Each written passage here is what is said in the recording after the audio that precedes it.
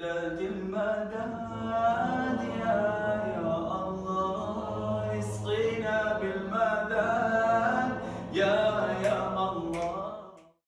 always been a distinction between multiple different types of, we call black people, right? You know, looks can be deceiving. I don't think that we should let it crash and burn. If it crashes and burn, we're all going to crash and burn. We should be trying to hold it up. If anything, there's a hadith, and it has some weakness in it.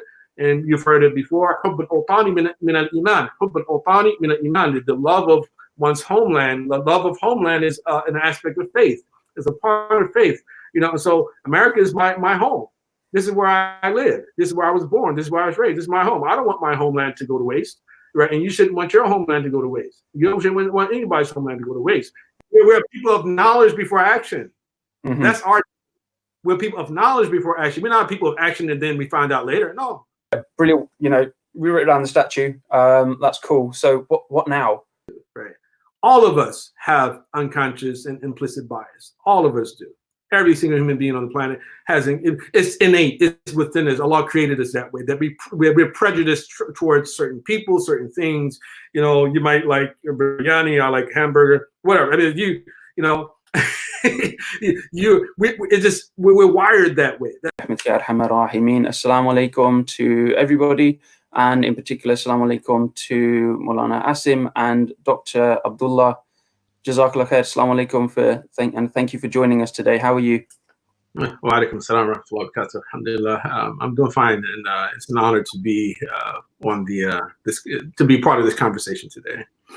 Well, thank you very much for joining us. So just for anyone who, and I'm sure some people have sort of come across Dr. Abdullah and his works online, but if anyone is unaware, so Dr. Abdullah is a professor at the Zaytuna College in Berkeley, California.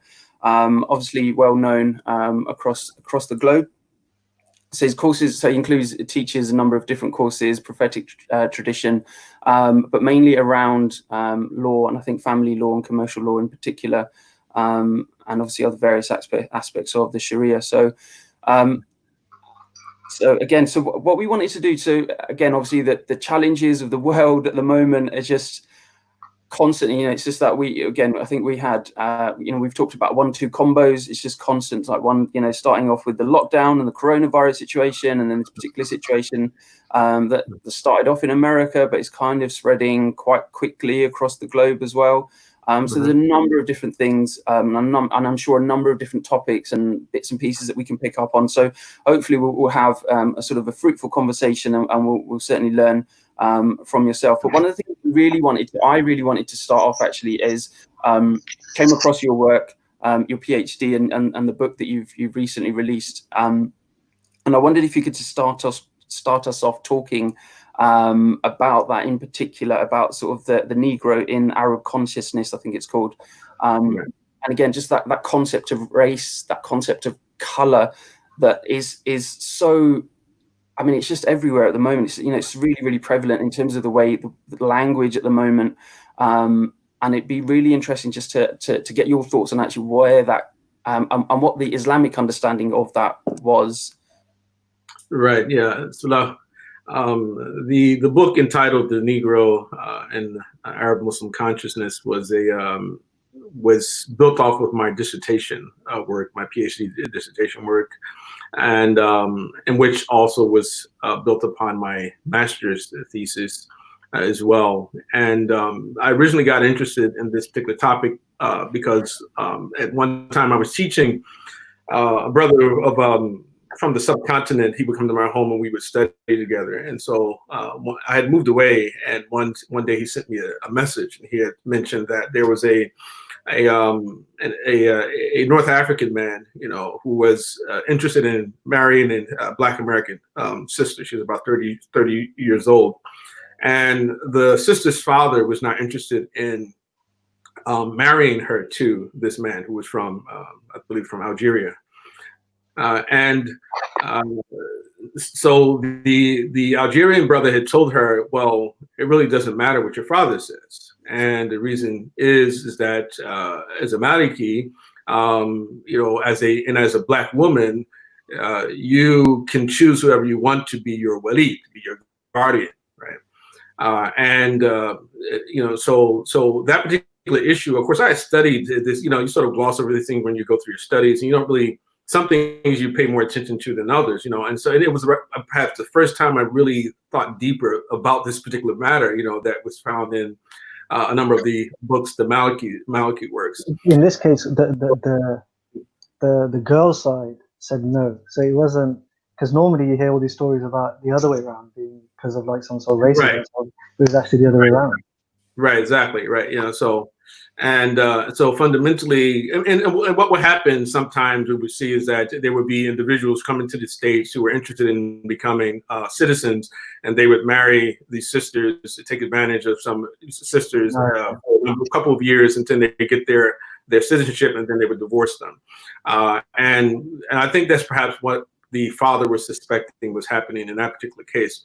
So it raised my interest in this particular topic, and I started to delve deeper into the Maliki works to try to understand like what the logic was behind such a ruling, and whether or not it was actually a universal position held by all of the Maliki scholars. Of course, I found reports that it wasn't universal, but it was normative. It was normative position, and fundamentally it has a lot to do with classism. And the idea that there are different types of women, that that some we call the Sharifa, the noble woman, and then the Daniya, the ignoble woman.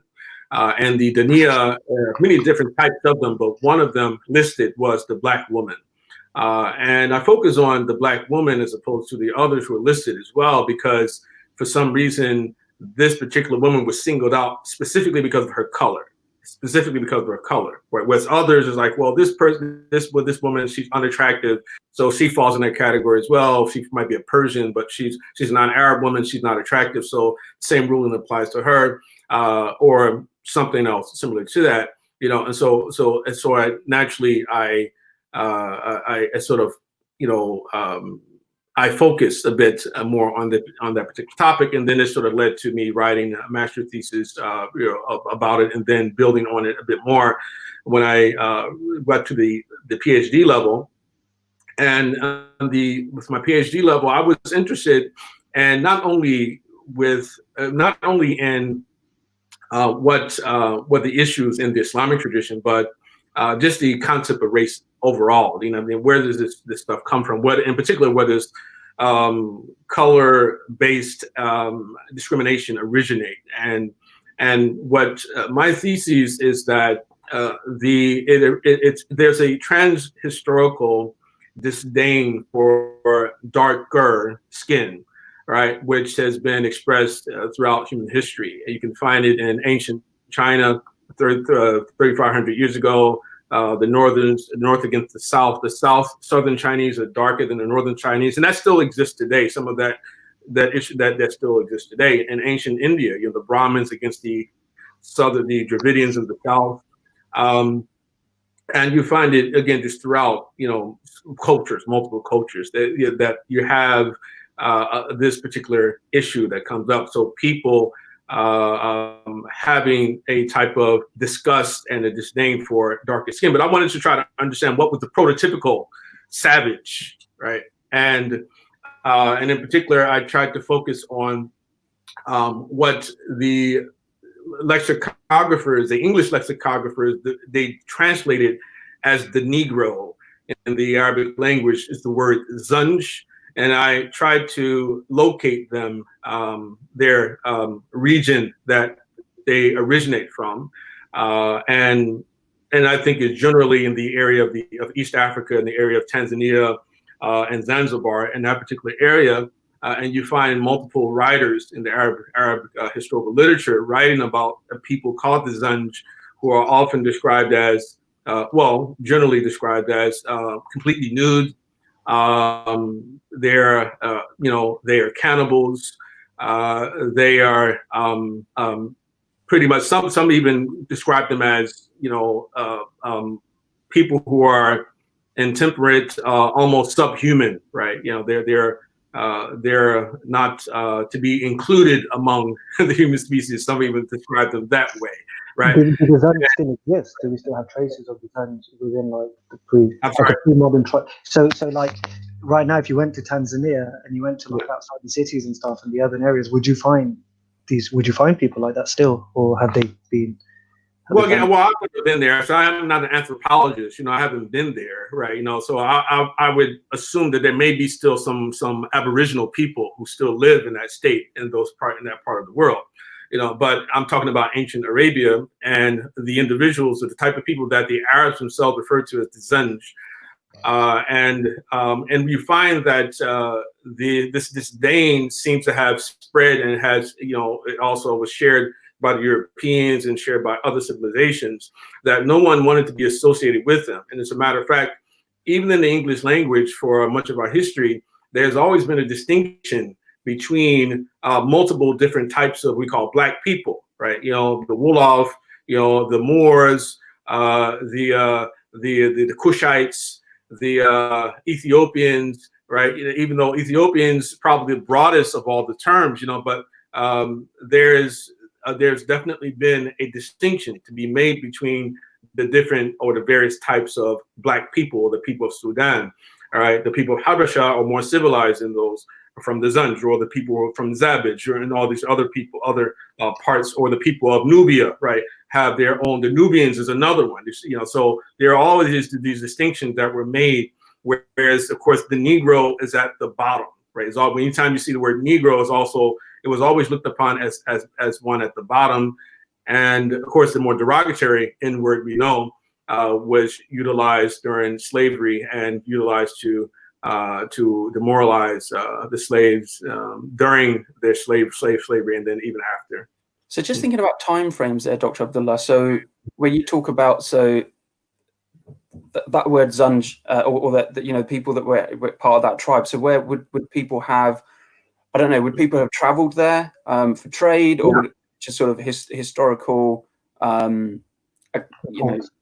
Historical. Right. Clearly, Ibn Khaldun he traveled there. Ibn Battuta, multiple people. As a matter of fact, Ibn Mas'udi, one of the early historians as well. And then there's an authorless history known as Hudud al-Alam, the limits of the world, which was written even before Maududi, before his work, which also describes the Zanj. So multiple people are listed. They mention of these regions, and their people. They describe what the people look like. They describe the characteristics, their behavioral characteristics. They describe what they wear, what don't wear. They describe how many Muslims live in these particular places, et cetera, et cetera. Because I remember you mentioned, I never got around to reading your PhD, but I watched some of the lectures you did on it. Mm-hmm. And then you talk about this idea of it was a sort of cultural race distinction that people had. So would you mind elaborating on that? What do you mean by that? Right. Well, in the pre-modern world, people largely identified on the basis of language and of shared customs. And you didn't have to be a certain color in order to be included in a particular tribe.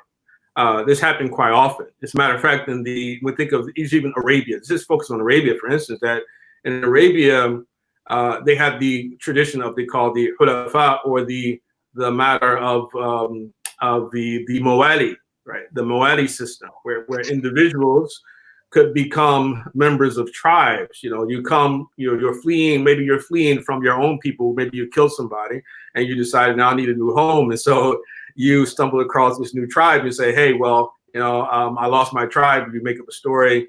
And Huzaifa bin Yaman's father, I think, is mentioned. Huzaifa bin Yaman's father, there's a story of him that he killed somebody in Yemen or something, and then he escapes to... Right, exactly, right, exactly. Right, exactly. That's exactly what happened with him, Hudayfa's father, right? So, and then sometimes what happens is that, for instance, you can think about Yasser, the father of Ammar bin Yasser. The way he ended up in northern Arabia was that one of his brothers was missing, right? And he and two of his other brothers, they traveled throughout Arabia trying to locate him, and they couldn't. So Yasser had decided that he's going to stay in Mecca, But in order for him to stay, he had to develop become a mola, right, of one of the people, and be given ijara or asylum with one of the tribes, right? You know, and once he became Muslim, that was one of the reasons that became easy for him to be persecuted, because he didn't have his tribe there with him. His tribe was in Yemen, right? So this is very common, you know, in the past, you know, not only with Muslims, but with everybody. It's that, you know, that you're defined on the basis of your language. You speak the same language, and it wasn't so much of your color, even if people mostly looked a certain way, that they didn't see themselves as a race in the same sense that many people often today see themselves as a race. You know, so that's when I say cultural race, that's what I mean by it. And when it comes like today, we have this idea of biological races. You know, not to say that biology doesn't play a part in, I guess you'd say, shared biophysical characteristics, right? But clearly, you know, certain people from India, they look the same. People from Africa, many of them look the same, right? You know, but just because they look the same doesn't mean that they're the same people, right? Because often people always say, why are the Indians and the Pakistanis fighting one another? They're the same people. Well, actually, they're not. Definitely not. Right? And even amongst the Pakistanis, there are subdivisions, and, you know, and amongst Indians, there are subdivisions as well. There are caste systems. I mean, all those things, you know, and people just, they oversimplify something that's very, very complicated about the human species. You know, so I can be standing right next to someone, have the same complexion, maybe same nose shape, and that person speaks French and I speak English. We say, oh, you're all the same people. Well, no, we're not. You know, we can't even relate. We can't even communicate. We can't talk. You know, a person may be an atheist. I believe in God, right? So no, we're not the same people. But if you look at my brothers and sisters, many of my brothers and sisters we have the same complexion as I do, but then we have, you know, one brother and one sister who are dark brown, right? We all have the same mother and father, right? But, you know, you might think if you put my two dark brown brothers and sisters beside other dark brown Africans, you know, that you automatically assume, okay, they're the same people. Well, actually, you know, but it all depends on, again, the culture, depends on the language, among other things. So today we think about, again, the idea that, and this is one of the problems, mistakes that, in particular, Black Americans make, is that there's an assumption that many of them make this assumption that every single Black person throughout the planet shares our history, shares our experiences, right? And I think that this is one of the errors that the Arabs committed as well. The Arabs in the Arab Spring made the same mistake, right? You know, they thought, okay, well, listen, you know, we're revolting, we all live under the same conditions, we all hate our rulers, all of them are tyrants. Let's all there's now to turn the tables. But it turns out that many of the Arabs, no, I love my king. No, I love the way things are here. Things are fine with me. And it just, you know, looks can be deceiving, as they say. One of the reasons your study stood out to me personally is because when the George Floyd riots and stuff and the protests and everything started, the George Floyd protests even before the riots, but when all of that started, I saw a lot of Muslims obviously jumping on the bandwagon, and then suddenly they have to sort of dress it up in religious language. So they would take the hadith. Like I saw one brother, you know, there was a statement saying that, Abdul Muttalib, the grandfather of the Messenger of Allah Salalahu Alayhi Wasallam, oh, you know, they're like, oh, he was black. So, you know, how Black Lives Matter, and, you know, this is, you know, they try to use that. And I was just thinking, dude, I don't think he was what you mean by black. I don't think he was that kind of black. That doesn't make sense to me. And then there was another, I don't know, because a lot of them, then there was another one where the guy's like, he's being interviewed and he's like, oh, Ibn Khaldun has a history of anti-blackness within the Muqaddamah, and he's a racist. And I was like, wow, okay, I'm a big fan, Ibn Khaldun, so I need to look this up. And then when you look at what Ibn Khaldun actually says, he says, oh, there's this guy called the Zanj, like you mentioned, who are just despicable people, they're just horrible, and I don't like them. And I was like, okay, so he's not, it's just people trying to take their modern understanding of race and force it into the mouth of the pre-moderns. Right, no, and it's a serious problem. It's a serious problem. Like Ibn Khaldun was very specific about who he was referring to. And this is, again, one of the things I was trying to get down to the bottom of, when I did my research, is that, okay, if Ibn Khaldun is not talking about all black people, who is he talking about, right? You see, and I think it's important for us to understand that he's not talking about all black people, because he couldn't possibly be talking about all black people while in the same breath he comes and he praises the people of the Songhai Empire. He praises the people of the West African Sahel, right? So he has praise for them, and so whereas he's talking about these other people, and he doesn't focus. His critique is not of their color, right?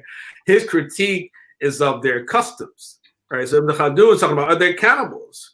They don't wear clothes, right? You don't see Ibn Khaldun say, and they're the blackest and ugliest people that you would ever see. He doesn't say that, but he talks about, these people are cannibalistic. They don't wear clothing. They're uncivilized.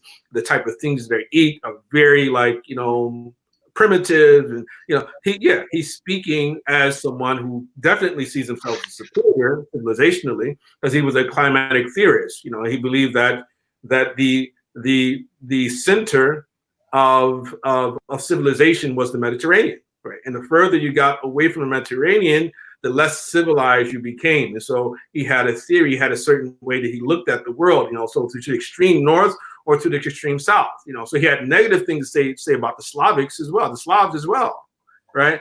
He said similar things about the Slavs as he said about those at extreme north, as he said about those extreme south, amongst there's statements where he talks disparagingly about Arabs, and he's like, oh, these Arabs, they're horrible and they're barbarians and this and that.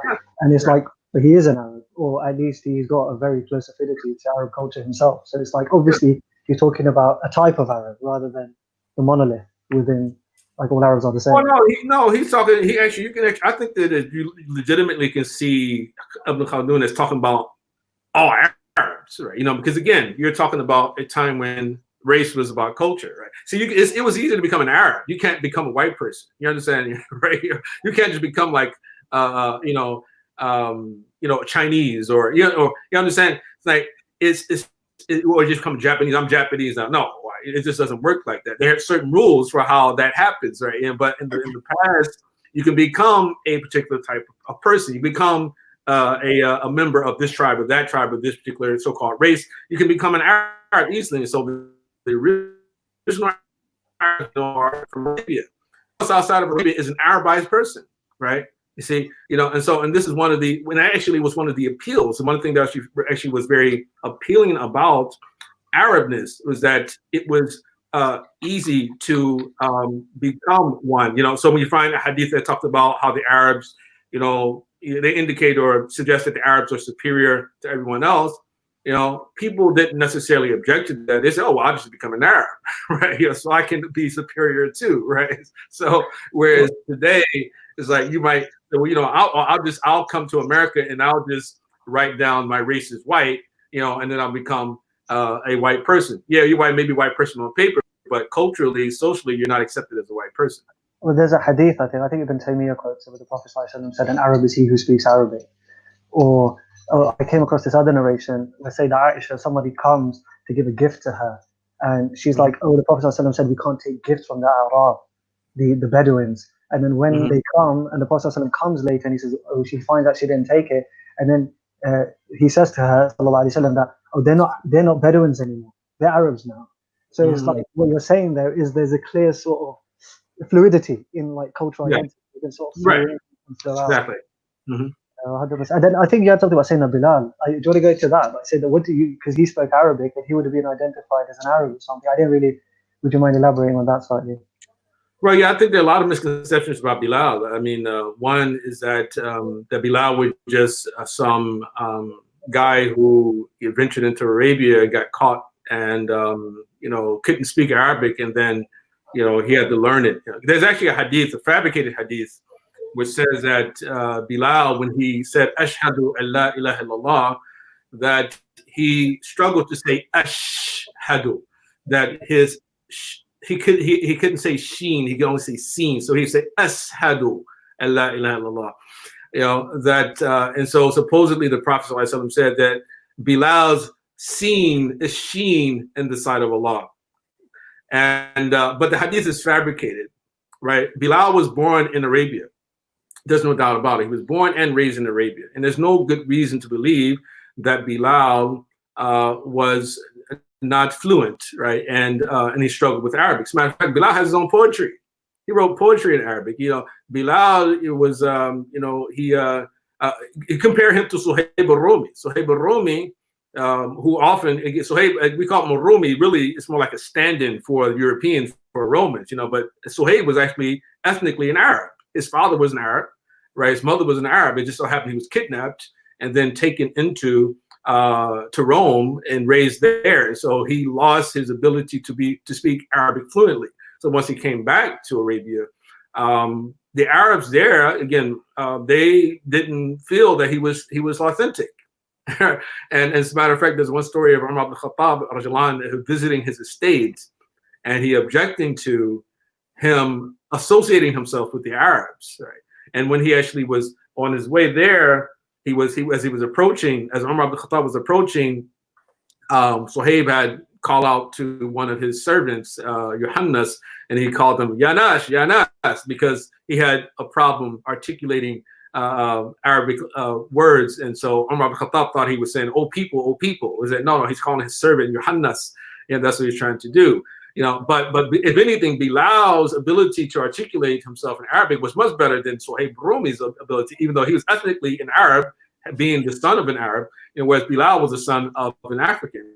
And so in order to be an Arab, you have just, as long as your father was an Arab, then you're an Arab, even if your mother was from some other place.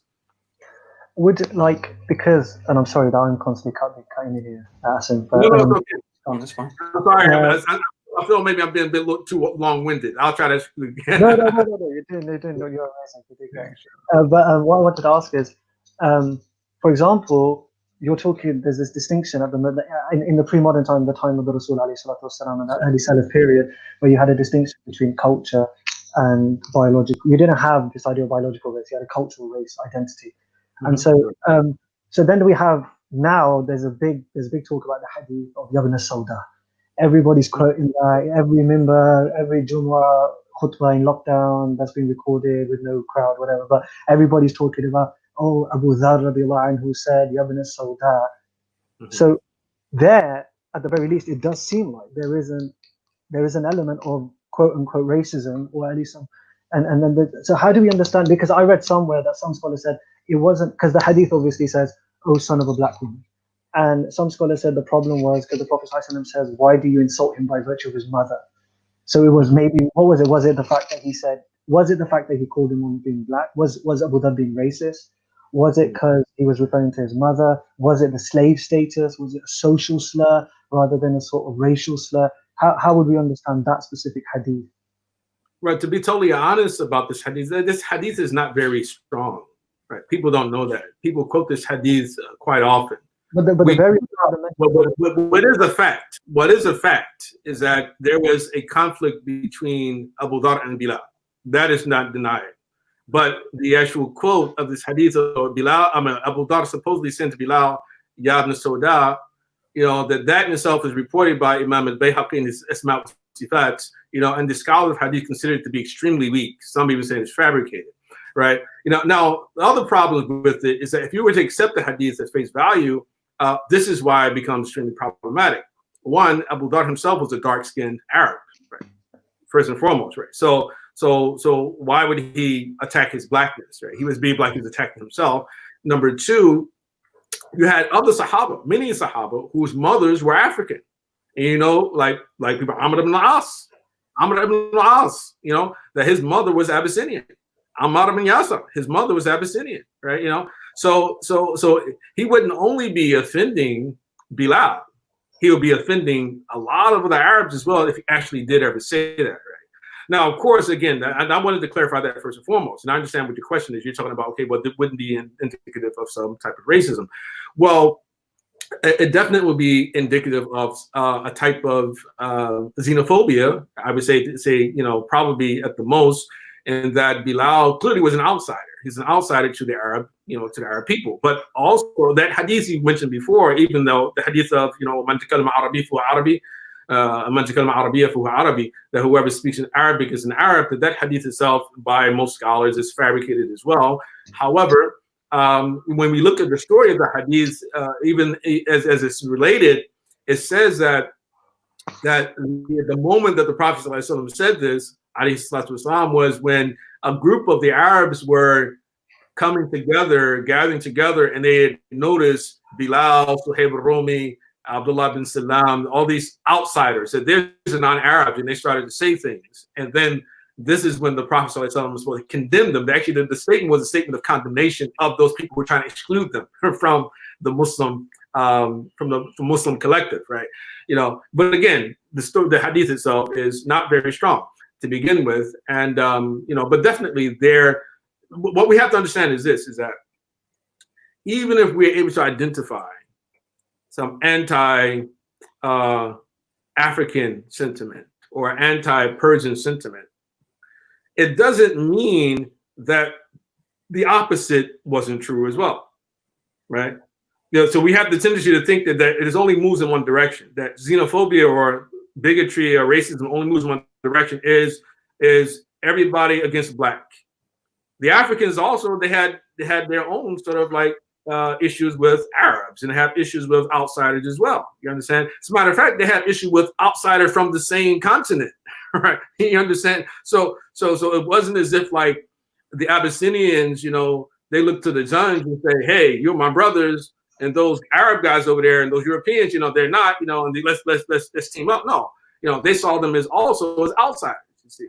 So, but the tendency today, because the ideas about racism we have today, because at one point, perhaps just maybe 5 years or more ago, you know, when Muslims in particular talked about racism, those who are not black, it was as if racism meant what white people do to black people, right?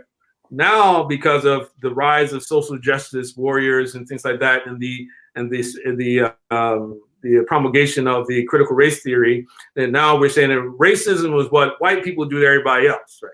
That's what racism. So none of us can be racist. Why? Because we don't have power, you know, supposedly, right, to actually discriminate among other things. And this is why you find this crazy thing that Webster Dictionary is doing now, is decided that they're going to update the definition of racism to reflect the critical race theory demand that it can only be racism when there's an element of power involved, rather than the traditional definition of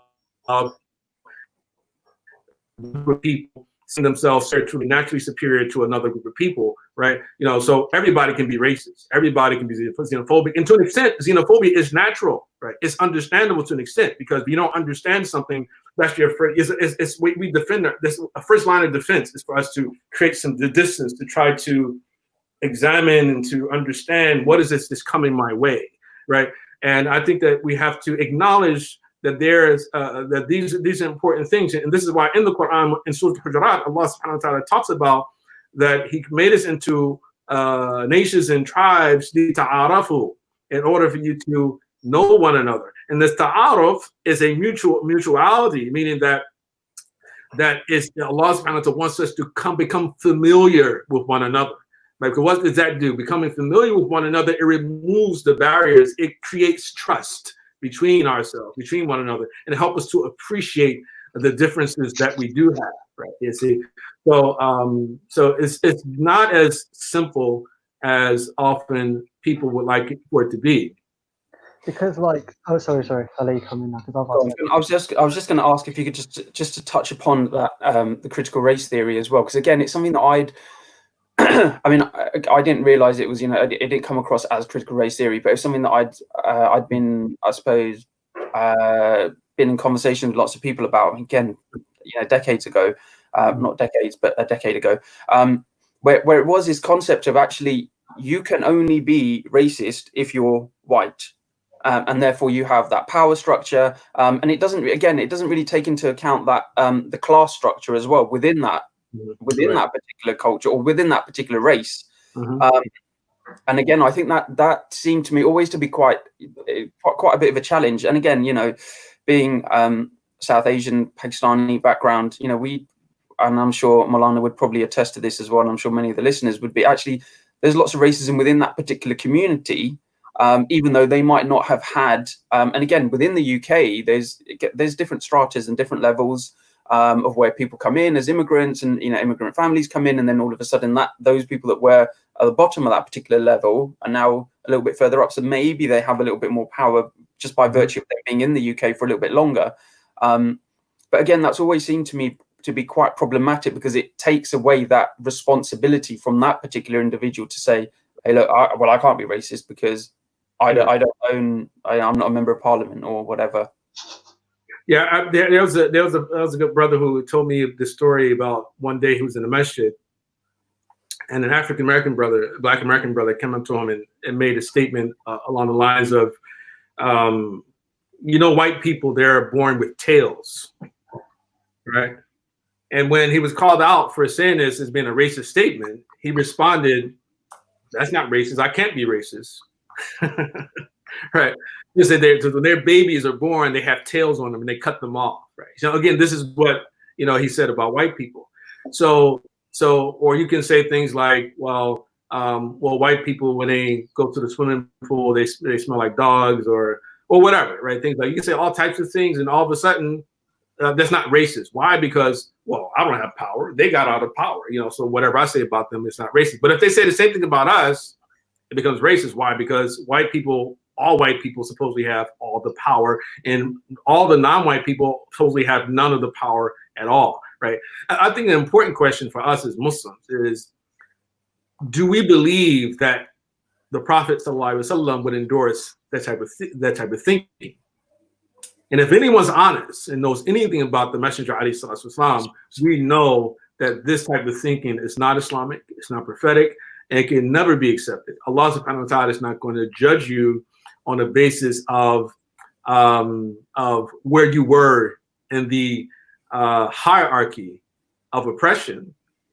He's going to judge you on the basis of whether or not you fulfill his commandments within the context of your ability to do what is necessary to be done, right? So a wife, for instance, you could say in a hierarchical situation at home, right? There's maybe certain things that she can do, but certain things she can't do because her husband says, no, you can't do this, right?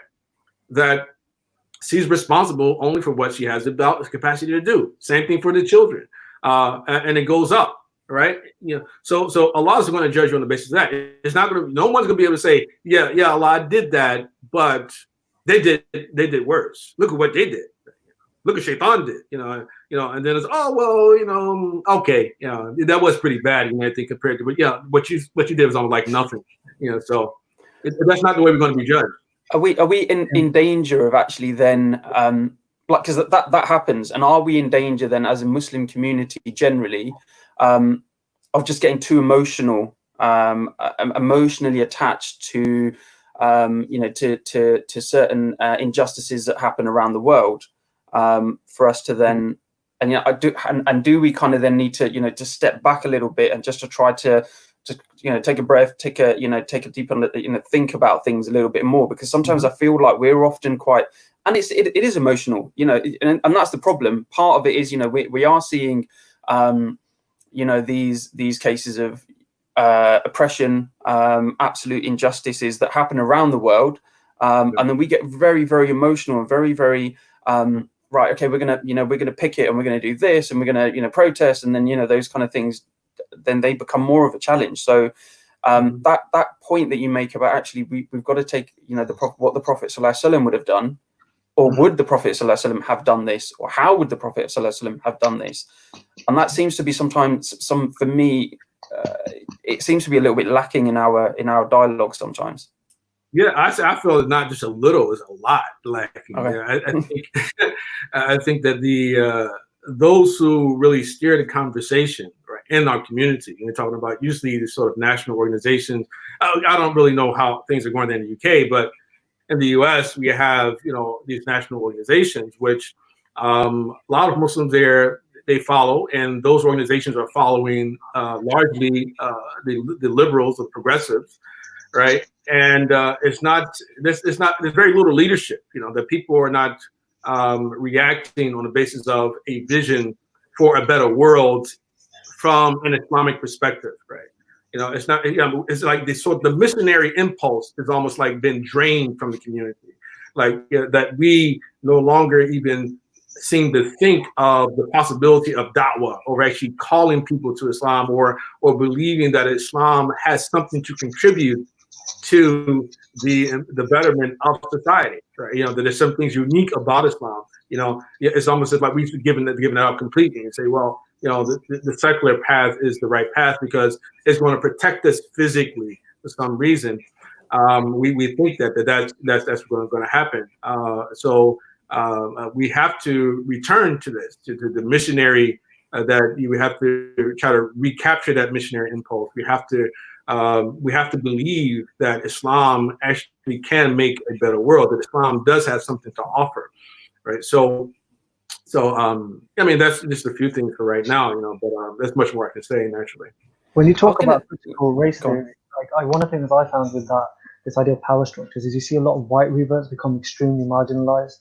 They start feeling, I've seen that a lot. And if they dare to speak out and say, oh, you guys, you know, we have a hard time too. And it's like, well, white supremacist. Or they don't go that far straight away, maybe a few days later. But they were just sort of, there's a sudden backlash on them. Like, how dare you be oppressed? Who gave you the right to be oppressed? And so, you know, like there's places in the Quran where Allah talks about people who come, and when the angels come to take them, they'll be like, Kunna mustada'afina fil ard.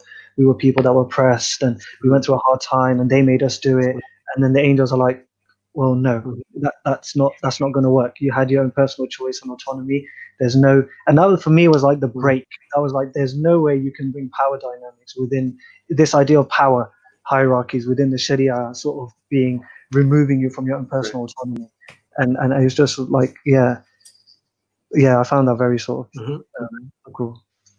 Right, yeah. And the issue with white Muslims is a big problem as well, right? And you see, there are multiple narratives, but like one of those narratives that's been promoted is this idea that that it's literally a black or white issue, that, you know, that black people supposedly they represent the people, the children of Israel, the oppressed people, and the white people they represent Pharaoh.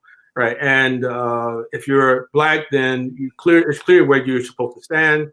And if you're not white, but you're also not black, then you better choose the stand with the children of Israel. And what we are, this is a fallacy. I mean, this idea that Allah subhanahu wa ta'ala is going to stand with you simply because your ancestors were oppressed, or even if you are oppressed to an extent today, that Allah subhanahu wa ta'ala is going to stand with you or be with you regardless of what you do, right? So whether you're right or wrong, whether you're just or unjust, no, it doesn't work that way. You know, Allah is with you when you're just, and Allah is with you when you're fair, and you have to be fair and just to everyone. That includes Pharaoh, the people of Pharaoh, right? You know, I mean, Allah, you know, He sends Musa and Harun to themselves the same way you talk to Pharaoh. You know, that there were good people in the house of Pharaoh. You know, there was a man, you know, concealing Imanophobia, concealing his faith. Asiya, the wife of Pharaoh, she was a believer, right? The Sahara, even the magicians, the sorcerers, they submitted to Musa after they saw the miracles, you know, and because they knew what they were doing was false. And there were some bad people among the children of Israel. You know, the man who Musa came to his defense, then, you know, he killed the other man because of him. But then he came back the next day, or the later time, and find the man. He's just a disputatious individual, cantankerous person. You know, he realized this, that, you know, that you just like to get it. You're a troublesome person, mubin. So you find people like, you found Samiri, the one who made the golden calf. He's from the people of Musa. Qarun, inna Qaruna kana min qawmi Musa. That Qarun, right? He was from the people of Musa, you know, but he transgressed against them. So they were bad people, you know. So it doesn't work that way. I mean, this whole idea of the chosen people mindset, you know, that Allah subhanahu wa ta'ala warns against that. That's why we find so many mentions of the children of Israel in the Quran, right? You know, that, you know, here's your favorite, you show gratitude for the favorite, right? You know, if you show gratitude, then Allah subhanahu wa ta'ala will give you more. He'll give you more with your gratitude. But it's not a type of thing where, you know, once an oppressed person, always an oppressed person. Once an oppressor, always an oppressor. Or even better than that, that once, if your parent was an oppressor, then the children are automatically by default oppressors as well, and vice versa. Right? It just doesn't work that way. That's not what our teachings are. That's not what Islam teaches us. I was just going to ask if we could go back a little bit. You talked about, I mean, again, I might have this completely wrong, so it'd be just quite interesting just to sort of talk through it as well, actually. But just talking about that whole, you know, the paradigm is actually based on culture rather than race. So, and is that, I mean, and that's something that I find quite interesting. So we've got obviously lots of children of diaspora. I mean, same in America, same in the UK. But they then become their own cultural, you know, does that then become a British cultural Islam? And we can talk about, obviously Malana loves, you know, the old Abdullah Quilliam, you know, talking about cultural British Islam. But then does that then become, you know, because that's a huge melting pot of races in the modern context, but actually, and they bring their own, I suppose they bring their own subtleties and they bring their own flavor of Islam, if you will, for, you know, for want of a better phrase. But actually, then is there something about then becoming culturally a British Muslim or American Muslim? But and again, and I suppose there's a massive crossover as well, because what tends to happen over here in the UK, well, what tends to happen, I suppose globally, is that if something politically, socially is happening in America, that tends to spread like wildfire across the globe. And you know, we've seen that with you know, the latest sort of round of protests and whatnot. Right. Yeah. Well, yeah. The issue of culture is a very difficult thing, because it's, while on one hand you want to acknowledge diversity of cultures, you know, but even within a single culture, there are a multiplicity of subcultures, right, that often get ignored in the process.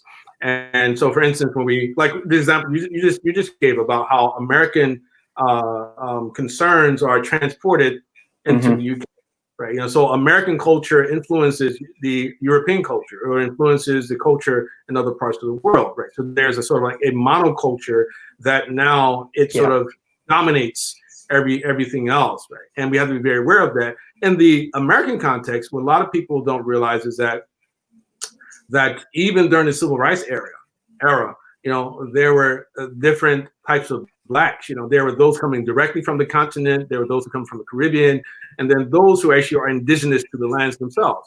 And each group has its own subculture, right? And its own sort of attitude about progress and about, you know, suffering and about oppression, right? Each group is different, right? Even when it comes, and we could even talk about concept ideas of race, right? In the U.S., we have what is called the one-drop rule, which originates from the early 20th century. Whereas if it is discovered that you have even the slightest amount of African or sub-Saharan African blood, then you are labeled as black, right? Even if you look white, right? If it's discovered, right, that you're labeled as black. You go to Brazil, I'm not black anymore when I go to Brazil. In Brazil, I'm not black. If I go to Haiti, I'm not black. Right? You understand? Because they have the opposite, the reverse of that, you know, which is like the reverse one-drop rule, which is that, you know, if you have any European blood, then you're not black anymore, right? So, you know, when I go to the Muslim world, I'm not black, right? Because for Muslims, largely, when we start talking about black, we're still utilizing this as reference to color. These things are utilized to designations for color, right? You know, black, white, black means black, red means red, brown means brown, right? And for the most part, that's still one of the good things that we still have going on for ourselves. And I do think that is important for us to fight against the urge to just simply embrace the constructs that have been placed over us, right? You know, that I'm black only because white people said I am, right? You see, and white people are white because they decided that they told themselves that that's what they were. Somebody in the past told them that that's what you are, you see, right? You know, and so there's a lot to try to really unravel from this very complicated creature called the human being. And how difficult is it for us to kind of, and that's the part of the challenges, and I suppose it's a silly question because it is very difficult for us to try to unravel that. You know, there is so much, you know, in terms of race, and you know, we've talked about. I mean, one of the things you talk about in particular is the Enlightenment, and how the Enlightenment actually then accelerates that whole concept of race and trying to put people into different boxes and trying to put people into different groups, and that causes, you know, again, particular challenges. And so I suppose my question is almost,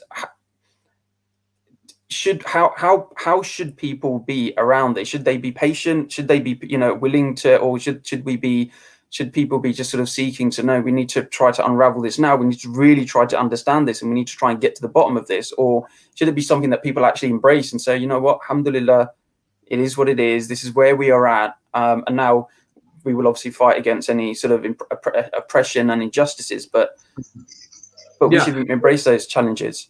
Right, yeah, exactly. See, from a sociological standpoint, race is 100% real. From a sociologically, is real, right?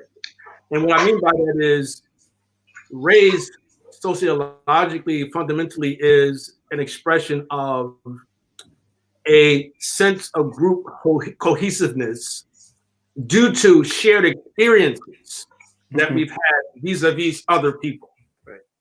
In other words, if I was to demand that we get rid of race classification completely, I would be erasing people's experiences. I'll be erasing their histories. I'll be erasing their concerns. So I'm not one of those people who's in favor of just simply just ridding the world of them, like at least not right now, right? You see, until certain issues are addressed, right?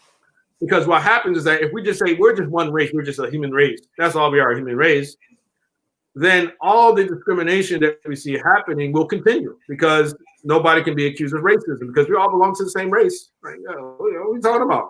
How can it be racism if there's only one race, right? So I'm not in favor of that at all. So I do think that there definitely is utility to it. We have to utilize it, you know, for the time being, in order to aggrieve the system, right? However, at the same time, we need to educate ourselves about how we got to this point.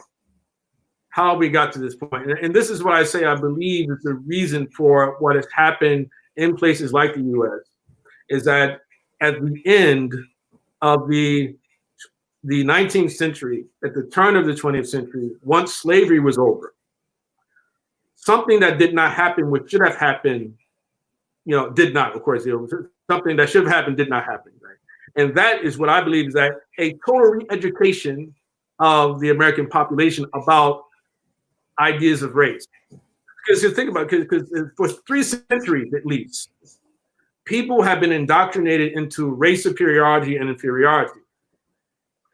And people were led to believe that these were real differences, biological differences, right? And then now the slaves are free, and the white elite and also the white, you know, non-elite are now in a situation where they have to share a world with people who they once ruled. Now they know how bad things were. They know what type of savagery they had inflicted upon blacks, right? Any person who's with any sense would know that, well, hey, I'm going to make sure that they don't get too strong, right? They'll get stronger because they might do to me the same thing that I did to them, right? Because it's human nature. You know, it's an acknowledgement, a subtle acknowledgement of human nature. Say, listen, you know, that, you know, what comes around goes around. You know, that's just what's going to happen. You see, and I think the fundamental, that's one of the things that, one of the reasons that the Palestine issue will never be, the two-state solution is really, to me, in my view, just never going to happen, right? Because I think similarly, because of the same mentality, the idea, the Israelis know what they did to the Palestinians. I don't believe they ever can accept that an independent Palestine with its own military, its own police force, can ever exist alongside Israel. I don't believe it ever can happen, right? Because it's almost like, you know, expecting Israelis to go against their nature, right?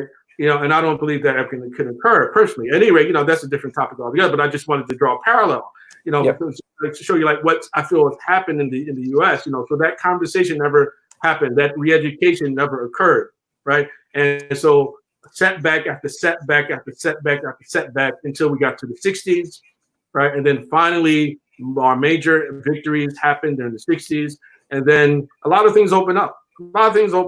Yeah, and to be totally honest, and a lot of people don't talk about this, is that again, people can disagree all they want, but I can prove it. is that that things haven't been this good for blacks in America ever, right? You know, it's just that we are being manipulated by media apparatus, we've been manipulated by Hollywood, we've been manipulated by politicians, you know, and so how does this become an international issue? Because somebody decides that, hey, well, a number of people decide, hey, we're going to blow this up, and especially happening during an election year, right? We're going to blow this up, right? You know, and I'm not saying that, you know, that there are not some unintended consequences, which are good consequences. I think it's good that a lot of people now are talking about this issue. I think that this is a good unintended consequence, or at least I don't believe this is the intended consequence of many of the power brokers in the world, right?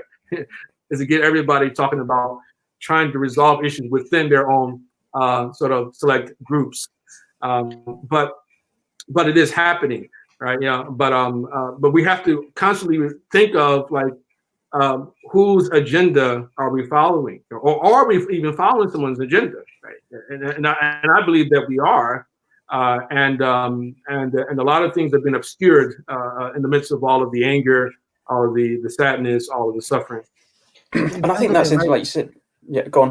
In terms of the American situation, obviously it's a bit different to ours here, because there's obviously that 400-year history of, and this idea that the country was built on the back of slavery, and it's so entrenched and deep rooted. So like, and then we still have elements of systemic racism in America. For example, like the prison industrial complex is still a thing, and there's a lot of the criminal record thing. I don't know. Imam Zaid, he's been promoting a lot of literature and stuff, so I've been trying to read up and stuff, and he's made mention of, you know, like Michelle Alexander's book, The New Jim Crow, and then stuff like that. So there is still that aspect of, there's still an element of deep-rooted systemic. I don't know how bad it is because we're not there, but I think there is still something that's going on there. And but then for Muslims, it's the idea that when a Muslim moves into, and I wanted to ask about this actually, so when the Muslims would conquer new territory, and they would see systems of oppression that were set up by, for example, the Byzantines or the Persians, what would be the Muslim response to those? Like, how would they? Because now we're seeing this idea of, like, we need to tear the system down. And I have a lot of qualms. I'm an economics student. I've graduated. I'll be going into an economic history program, master, inshallah. So I have a lot of problems with capitalism, or free market capitalism as it is. And I'm not a socialist. I believe in, like, Islamic economics in the way of the pre-moderns, 100%. But this idea of, like, is the system so deeply entrenched that there's nothing to do except to let it just burn and fizzle out itself? Or is it salvageable? Can you now save the situation? Well, I think that and also, sorry, Doctor, before you start, just to touch upon that point of education as well, because you mentioned, actually, you know, after that so long, that what should have happened was the education, and are we now able to sort of backstep and educate ourselves without, you know, the power structures and the systems educating people? Well, I think that we need to, because I don't think the power structure is going to re-educate us at all, because they're not interested in that. You know, what they've done is they've given us the education they need us to have in order for them to continue to increase in their power, right? So people are not as critical as they need to be. People are they don't ask the right questions quite often. They don't do the right type of research. They don't know how to do research. You know, there's an important tools that an education, a good education, would give you. But I definitely do believe that, as outside of the current systems, and it would be nice if we can find the, you know, within some of the, at least some of the private schools and things like that, where you can get this type of education. But usually the state system, I would say, is not going to provide that, and has not been providing that type of education. And I don't expect that they will moving forward because of whatever agendas that exist. When it comes to the issue of capitalism and allowing things to fall apart, I think for one, you know, again, coming back to our Islamic teachings, Islam is not a religion of anarchy. That's one thing we have to remember. It's not a religion of anarchy. That we are not anti-government, we are not anti-police, right? Especially not simply for the sake of being anti-government and anti-police. We are pro-justice, yes, and we demand justice from even those who govern us. And we try our best to aggrieve the system in the best way possible without leading to a greater harm, And so we all have a vetted interest in preserving stability, right? Preserving stability. That is we should also understand it, So regardless of whether or not you like your prime minister or you like your president or you like whoever is in charge, that you should not want them to fail. Why? Because if they fail, then all of us are going to fail, right? And I think we have to get that in our head, that it's not about whether or not you like the person's personality, it's whether you like the person where they speak. As a matter of fact, what's interesting is that there are two hadiths. One hadith of the hadith of the seven that Allah will give his shade on the day there's no shade except for his shade. The very first person he says he's going to give his shade to is Imam al-Adil, is the just leader, the just ruler, right? This is what we're talking about. We're talking about the person who's in charge of the state, right? Because it's a very difficult task. It's a very difficult thing to do, but Allah's trying to, he mentions that person first and foremost. And in other hadith, well, the Prophet ﷺ said that there are three people whose prayers are never rejected. And the first person he mentioned in that hadith is that Imam al-Adil, the just person, right? He mentions the fasting person who at the time they break their fast, and then the third person is the prayer of the oppressed, right? But he mentions the Imam al-Adil first and foremost, right? Which is really interesting, that we need to really reflect deeply upon this, that if our leaders are, and if they're well, then we'll be well. If they are corrupt, then we're going to be corrupt. If they're doing bad, if they fail, all of us are going to fail. And so, for instance, again, so now coming back to the question of capitalism, often I hear Muslims talk like this. We talk about capitalism, it's supposed to be Islamic economics, or we talk about Marxism or socialism. Is that I find that often when Muslims have a critique of capitalism, they have a critique of a particular byproduct of a certain iteration of capitalism. Their critique is not fundamentally of something which is deemed to be essential to capitalism, right? Especially not in the context of, like, say, Adam Smith and what he had to say about capitalism, right? But there's a critique. There's definitely a problem with our system, right? But I don't believe that it demands from Muslims to be anti-capitalist, right? Because the default, if you become anti-capitalist, is for us to be socialists or Marxists, right? Which we see a lot of among the Muslims today. A lot of anarchy, Muslims calling for anarchy. A lot of Muslims calling for defunding the police, talking about, that it's okay for people to loot, and let them go and express themselves. It's okay. This is what happens when you oppress people for this much time. We can't endorse any of that stuff. Dismantle the police, that we had to dismantle capitalism. Yeah, there are problems with the capitalist system. Yes, there are. However, you can reform any system. Marxism is not that much better. If anything, it's worse. It's far worse, right, than that. And then we started talking about Islamic economic system. Where has that ever existed? Where has that ever existed? I'm one of those people. I don't buy into the idea that there's a true independent economic or Islamic economic system, even though I know some people do believe that. I don't see that articulated by the Prophet ﷺ. I don't see that articulated by the Sahaba and others who came later, the ulama throughout most of Islamic history. You don't see them articulate so specific Islamic system.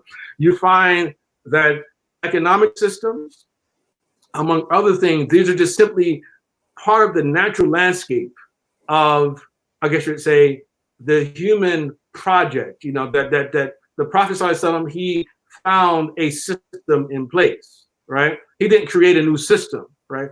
That they were transacting with dinar and dirham.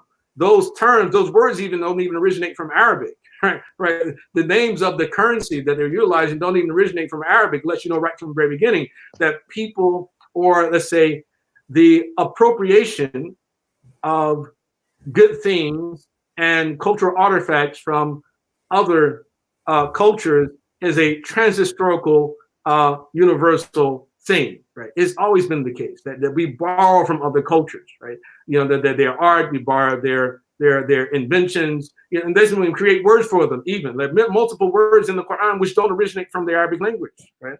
Right. So I think that's one thing you have to come to terms with, is that we don't always have to believe that in order for something to be good, it has to originate from amongst the midst of the Muslims. If it's working, if it's benefiting humanity, then we can embrace it. And that's what our ulama did throughout history. That's what our governors did throughout Islamic history, you see. So I don't think that we should let it crash and burn. If it crashes and burn, we're all going to crash and burn. We should be trying to hold it up. If anything, there's a hadith, and it has some weakness in it. And you've heard it before. حُبُّ الْأَوْطَانِ مِنَ الْإِيمَانِ حُبُّ الْأَوْطَانِ مِنَ الْإِيمَانِ. The love of one's homeland. The love of homeland is an aspect of faith. It's a part of faith. So America is my home. This is where I live. This is where I was born. This is where I was raised. This is my home. I don't want my homeland to go to waste, right? And you shouldn't want your homeland to go to waste. You shouldn't want anybody's homeland to go to waste. And we should be contributing to maintaining some degree of stability, even if it's not a perfect, equitable type of stability. But at least the stability is a start for living and flourishing in our environments.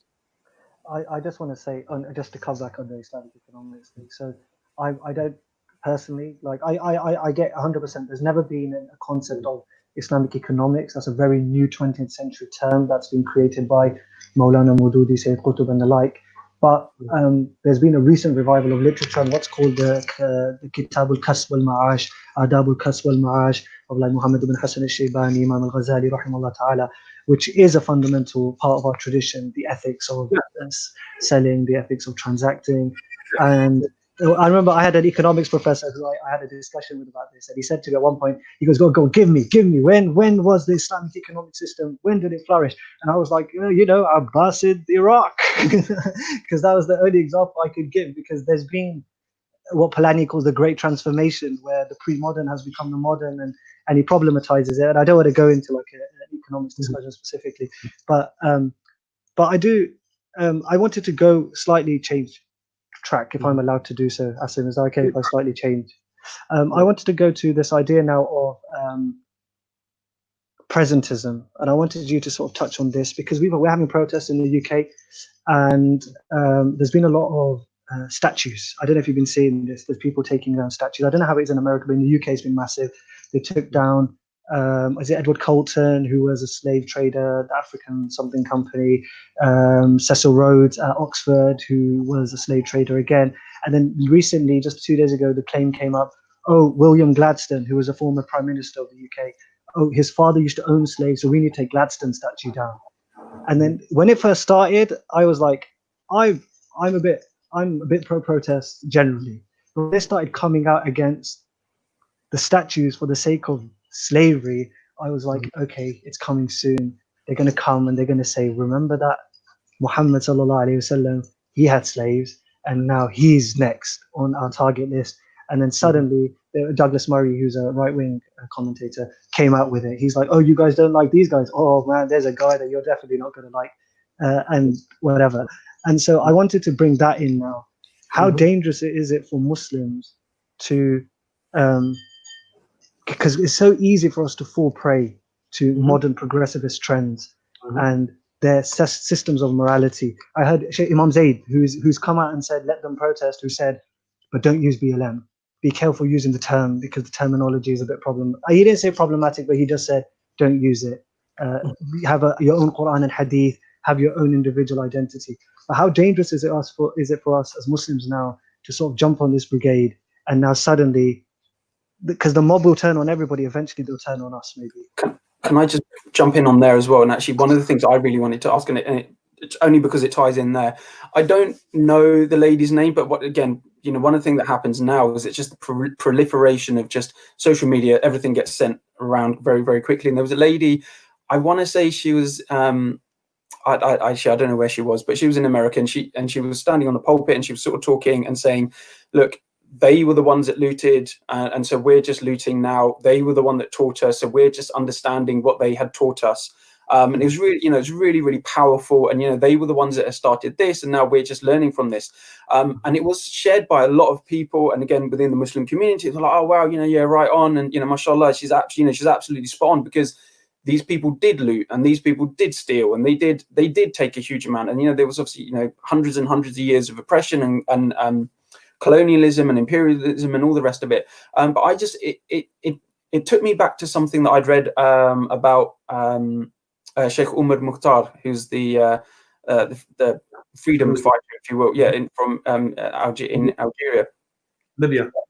Libya. And it was talking about, actually, they're not our teachers. So when they caught 2 Italian prisoners, and the people were baying for blood, and he said, no, this is not what we do. And they said, no, but they did this to us. And then his sort of comment was, actually, they are not our teachers. And I think that ties in very nicely to that point about, how should we be reacting to these kind of things? Because again, I think when I first saw that the statue coming down, I was very nervous, because it's just that whole thing again you mentioned earlier, Dr. Abdullah, about just anarchy. Because I was like, if people are just allowing these kind of things to happen, or the police are stepping aside and allowing these things to happen, where does it stop? Where? Because I don't want to. Well, now we've got right-wing mobs coming out to defend the statue, which is even scarier, because that's just going to give the far right people to sort of come out against us. Mm-hmm. Yeah, and this is part of what I'm talking about. That there's a hidden, an invisible hand. You use some economic term. It's an invisible hand involved here. And probably both instigating and also allowing for a lot of this madness and this chaos to erupt. All right. And I think we have to be very, listen, the devil's real. Shaitan is real, right? And Masih Dajjal is real as well, right? You follow me? And when people start talking about falling on the right side of history, then the right side of history is to be with Hezbollah, right? To be with the party of Allah subhanahu wa ta'ala, right? And of course, we're not talking about the, where we're not talking about what the Quran. But fundamentally, what we have is that when it's like 2 wrongs make a right, but like you said, Asim M, and then Asim Ayub, right there. Yeah, you mentioned that the story of Umar Mukhtar. Yeah, it's like, what do Muslims have to contribute to the world? What does Muslims have to contribute to all the discussion? You can go beyond Umar Mukhtar. We have the Prophet Salalahu Alayhi Wasallam, we have the Prophet Yusuf Alayhi Salam. You have, how they dealt with people who did wrong to them. How they forgave. And we have example Salih bin Ayyubi, right? Umar Mukhtar, Abu Bakr al-Jazairi.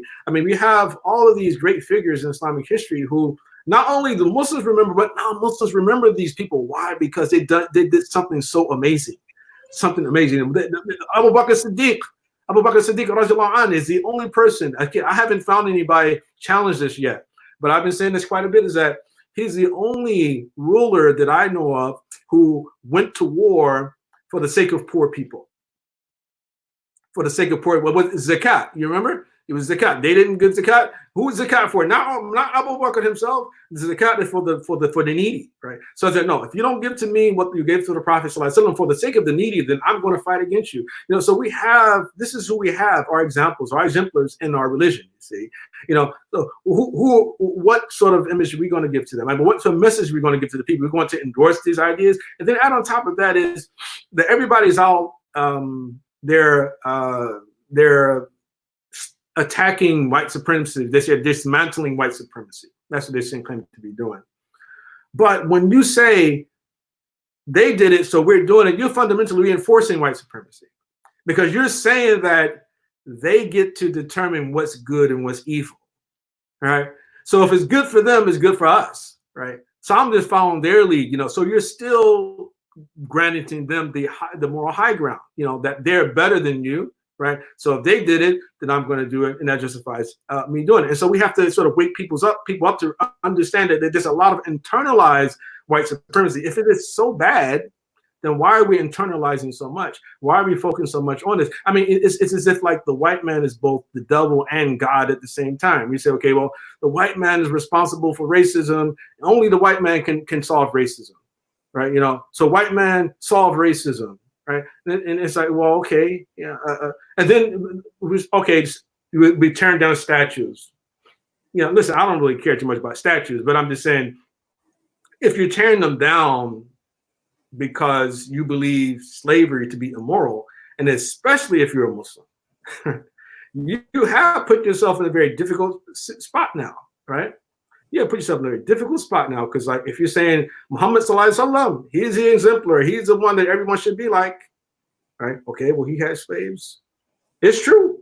He had slaves. And what do you do about that? Now we have to come back and say, okay, well, let me try to understand the slavery thing a little bit better. How can I, again, you know, it's not an ideal situation, you know, for anyone to be in, but if we think of slavery as, and we think of slavery in the same way that we think of a person going to prison for a crime that they commit, then it's easy for us to moralize slavery, at least in an Islamic context. Islam abolished multiple types of slavery, you know, that were out there. No debt slavery. There's no more. You just simply kidnap a person and they become your slave. There's no subsistence slavery. No, and you become a slave if you lose the war and you become a captive. I can make you to a slave. But what did you do? What's your crime? It was attempted murder. Attempted murder of who? Of me, of my people. So that's why you're my slave now. You know. So understand what I'm saying? It's like it's a moral in Islamic context. And what Islamic is a moral system. Of course, we still don't say that this you have to do it or it's recommended to do, but that you can't just simply be against it or against those people simply because they were slave owners.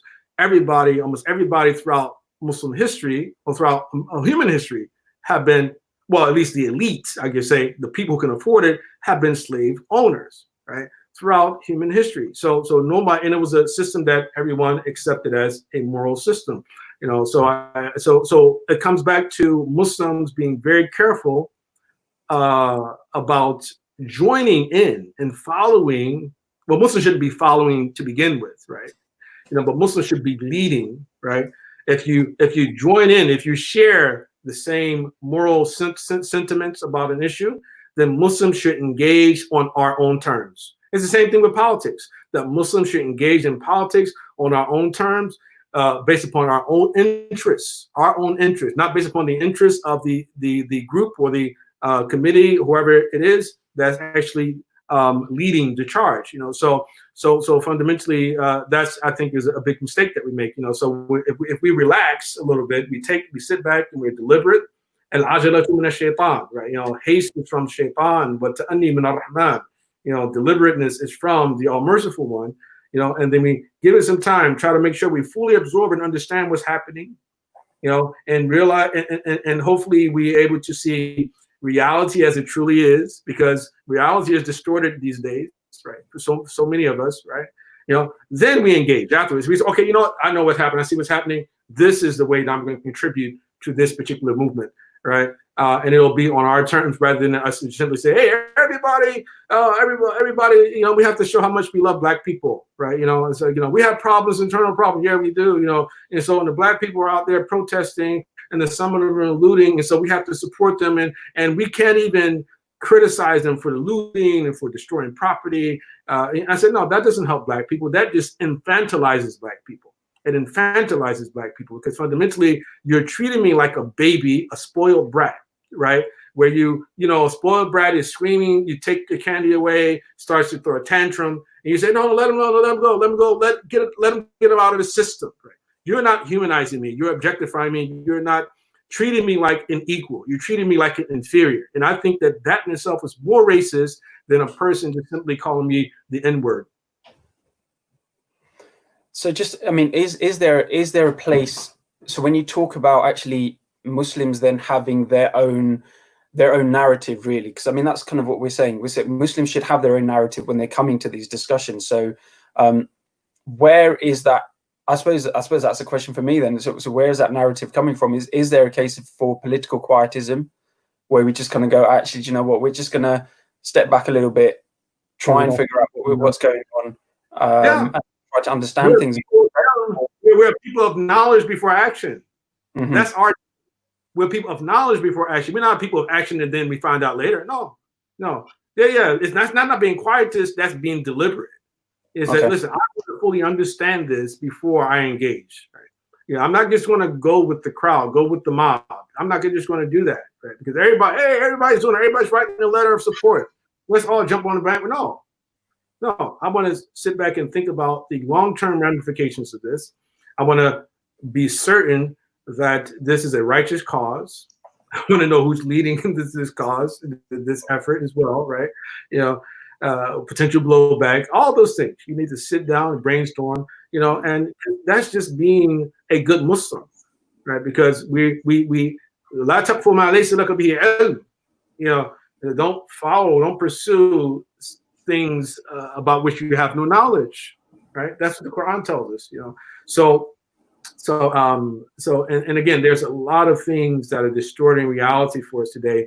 And the main source of distortion is the media itself, the mainstream media, and again, Hollywood, their politicians, all of them, they're working together, some intelligence communities, all of them are working together. I guarantee you, listen, people might say I'm conspiracy theorist or whatever. Listen, a lot of people agree with me. A lot of people see it and they know it, that it's the truth. That that's exactly what's happening. You see, and that's why again, if you note that I'm involved with controversial posts from time to time. But again, you'll notice that most of my posts are directed at critiquing the media, right? Because I see the brainwashing happening. I see people being brainwashed. Right, and I said, whoever sees, if somebody is able to open their eyes because of something I posted, alhamdulillah. If not, then mashallah. But then there is that thing about and I think a lot of people would accept that.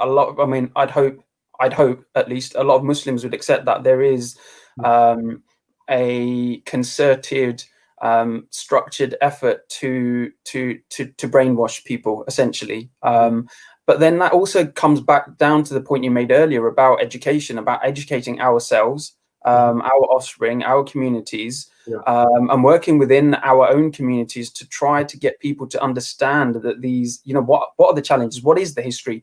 So yeah, brilliant. We wrote down the statue. That's cool. So what now? Like what does our history teach us about, whether it's our Islamic history, and specifically, at the time of the Prophet Sallallahu Alaihi Wasallam and the Sahaba, and the Tabi'in, and so on. So that's incredibly important. But even after that, how did we even get to this situation now? We didn't actually touch upon it, and I don't think we'll have time. But we're talking about the Enlightenment. How did that affect our current situation? How did the course of history change all of a sudden? And that again, something I think like you mentioned earlier, is incredibly important. And for me, first and foremost, and I was going to say your book is on the to read list, but that to read list is pretty extensive at the moment. If I'm honest, longer. It's getting longer and longer. But that's part of the challenge, isn't it? Is that that we have to try to push ourselves to develop and grow and to learn and to not then to be subject to that brainwashing. Can I just cover? So I've been reading Michelle Alexander's book, and I'm about halfway through. My aim was to try and finish it before today, but it didn't happen. But I'm hoping by Sheikh Dawood Walid I'd have it read. And so what happened was, in there, she makes it very clear that the idea of explicit racial bias has been removed. That's been criminalized. Like, you can't explicitly racially discriminate against anybody, as far as I've got. I don't know unless she's got like a section at the end. So now all that's left is people's implicit racial bias, which is a thing. And I don't know, because there's studies and stuff that show that people do they're more on edge when they're around a black man than they are around a white man. And then we find in the UK, for example, if you have a CV that has a Muslim name on it, it's less likely to be accepted. There's a brother actually I know who sent 25 CVs as a Muslim, then he changed it to a white guy's name and sent it, and he got accepted first time. So it's like there's like the implicit racial bias, and this is where I see parallels between the black struggle in America, whatever you want to call it, and the Muslim struggle in the sense of like the war on terror idea that we've been projected as this idea. And then you mentioned, I remember you had this one of your talks you mentioned this idea that the curses that are placed on the musawwirun, those who make pictures, and then you had a little go at the Hollywood, because that's even Michelle Alexander accepts that. And now the only thing that can cause racism is that subconscious that's being manipulated by people. And even though we might, I don't know, I don't know what you think are the specific causes, but I do agree that Hollywood, I know Sheikh Hamza's got this big thing where he's Disney. I've never heard anybody who hates Disney more than Sheikh Hamza Yusuf. He's really just going in. There's really some witchcraft happening there. So there's really some things happening there. Very subtle, right? And you don't pick up on them right away, you know, but you watch their films over and over and over, you can pick up some of those things. Right, but this issue of like systemic racism, I think, see, this is what a very sore point in between the liberals and conservatives, or just progressives and conservatives, and that I think that the reason that they clash quite often. We have conservatives saying it doesn't exist, the progressives saying that it's totally exists, is because they're defining systemic racism in two different ways. Or institutional racism, however, whatever term you choose to use, even though some people make some subtle differences between systemic and institutional. So, but fundamentally, conservatives will say, well, if there is systemic racism, then show me a law that says that you can be discriminated against simply because of your race, right, or your religion, or this or that, right? And no, you can't. It's nothing. Nobody can prove it. Nobody can show it.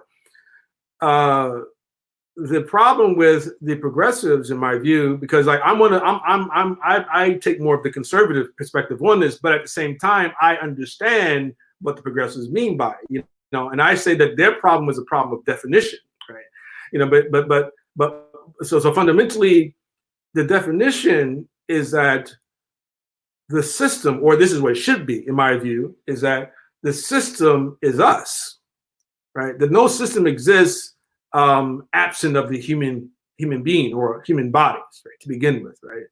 The problem with the claims of systemic racism is that it's only directed towards or against white people, right? So it said that, again, white people have all the power, they control the system, and so only they have unconscious or implicit bias. Only they do, right? All of us have unconscious and implicit bias. All of us do. Every single human being on the planet has it's innate. It's within us. Allah created us that way. That we're prejudiced towards certain people, certain things. You know, you might like biryani, I like hamburger, whatever. I mean, you know, we're wired that way. That's the way that our brains are wired. That we make distinctions. You know, you like a certain type of woman, another person likes a different type of woman. You know, so we're all wired that way, and I think that to acknowledge that at least would help to I guess you would say give or win over conservatives a bit more, to at least acknowledge that, listen, you know, this is not only us, right? Everybody has it, even if it's more of us who are doing it, because more of us have those offices, right, than others. You know, but that would be sort of like I guess meeting us halfway. But nobody wants to meet halfway, it seems. You see, when it comes to this particular issue. So yes, implicit bias definitely exists. But we can't just always assume that every time someone apparently is discriminated against, or let's say if it's not apparent, it actually is really a person is clearly discriminated against. Let's not always assume it's because of racial bias, right? Or it's always because of gender bias, right? Because it could be multiple factors, right? Like, for instance, a black person goes to a bank seeking a business loan and he gets denied. And then the person, oh, they didn't give me a business loan because I'm black. You know, and so that becomes a story. But you look deeper into the issue, and then you might find that black person has bad credit. And so why can't it be because you had bad credit rather than you know, being black? Or the neighborhood you're trying to get the house in, you know, they found wasn't a profitable investment for them, right? You understand? There could be more than one more reason. So what happens is that constantly we've thrown these statistics, we've thrown these numbers, and then people see disparities, or this many white people as opposed to this many black people, right? And then we automatically connect. These things are associated, but we also say this is the cause. The cause of this is racism, but there can be multiple factors which lead to those disparities, right? Or why not compare blacks to blacks? Why not compare blacks to Latino or Hispanic people, or blacks to South Asians, or blacks to, you understand? Well, why are we constantly comparing to white people, blacks to white people? These people are supposed to white people, these people are supposed to white people. Again, that in itself is reinforcing white supremacy, right? Again, they're the standard. Why not have an independent standard that everybody is judged by, including white people, right? Like for instance, how well do you live up to your constitutional commitments, right? Right? How good of a citizen are you, right? How about something like that, right? Which is more, and everybody, and you might find that all of us far exceed them, that we're much more patriotic than even them, right? We come up with a different criteria, and I think that a lot of these things change, but it's going to take some time. It's going to take some re-education, so. In terms of because you mentioned this idea, now we have the disparity of outcome, and that's causing that's the idea of the big social inequalities thing. And we have that in our community in the UK with the Muslim or the Pakistani community or the immigrant community. I think a lot of problems people have is the idea that it's disproportionate. It doesn't, that black people tend to be stop and search happens to them disproportionately more than it happens to white people, etc., etc. And then there's like you mentioned the credit, because that's a thing I read about that as well, where it's like, black people get put in prison more because they can't pay the fines. So then they get sentenced but then it's like, why can't they pay the fines? Why are they in poverty and other people aren't? And then it's like, is it a class problem? See, again, I think there's some distortion. Go ahead, Doc. You're going to say something. Well, I definitely think that it's major. That our biggest problem is class rather than race, right? And I totally believe that the biggest problem is about class. Because, for instance, so again, there's a lot of distortions happening. The first distortion with regard to black people in general is the idea that all black people are poor, right? All black people are not poor. As a matter of fact, the overwhelming majority of black people are not poor. Like in the U.S. alone, but between 22 and 25% of black people qualify as poor, which means that at least 75% of black people in America are middle class and rich. Middle class and rich. That is the first distortion I think that we have to overcome, is that not all black people are poor. Most black people are not poor, and they have the same opportunities as everyone else. And you actually will find that most of the people who are talking about systemic oppression and racism, things like that, these are actually successful black people who are talking the most. A lot of the abandoned class among the black people, you don't see them out protesting. They're not the ones protesting. You might find them looting, right? Many of them looting, right? But they're not out, protesting and talking about white supremacy and things like that, right? But it's usually people who themselves have PhDs, people who are filthy rich, people, who are living well, right? They actually are the type of people you'll find complaining the most about these type of things, believe it or not, So there's some distortion happening, and also distortion with regard to issue of disparity. So again, we can talk about disparity about arrest, among other things. You can't talk about the arrest disparities without talking about this crime disparities as well, right? We have to be fair, right? So if blacks, again, in the U.S., if blacks are doing a lot more of the crime than white people are doing, then the arrest disparities kind of make sense, right? Because if we're committing up to 40% of especially the violent crimes, in the U.S., the 90% of violent interracial crimes are committed by blacks. 50% of hate crimes are committed by blacks, right? So again, it's hard to listen to that, to hear that. Right, to hear those things, but those are facts, right?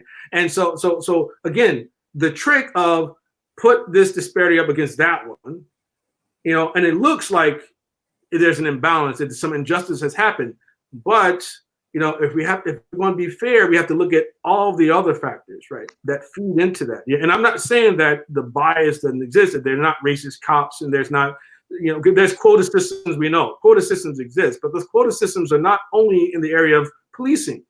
Those quota systems exist in all departments of the government, because you're getting federal funds from the government and you're getting grant money, right?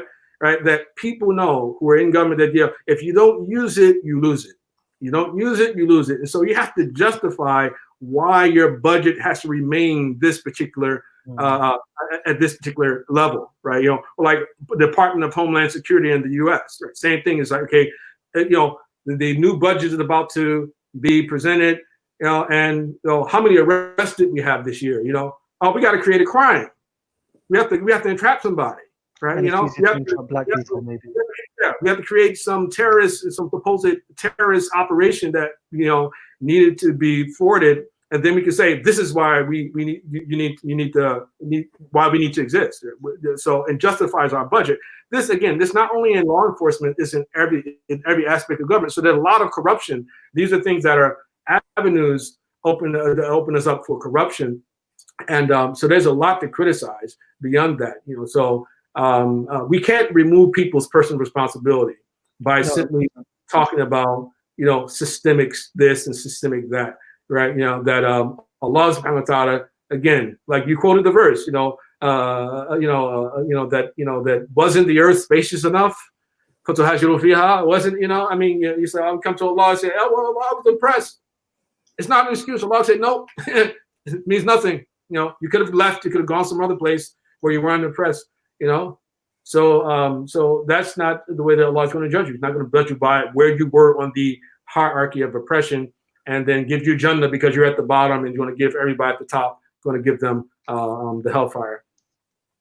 What I want to say, there's another thing I did want to ask about, actually, because a lot of the time you see a lot of, so Jonathan Haidt, I don't know if you know Jonathan Haidt, but he's a social psychologist.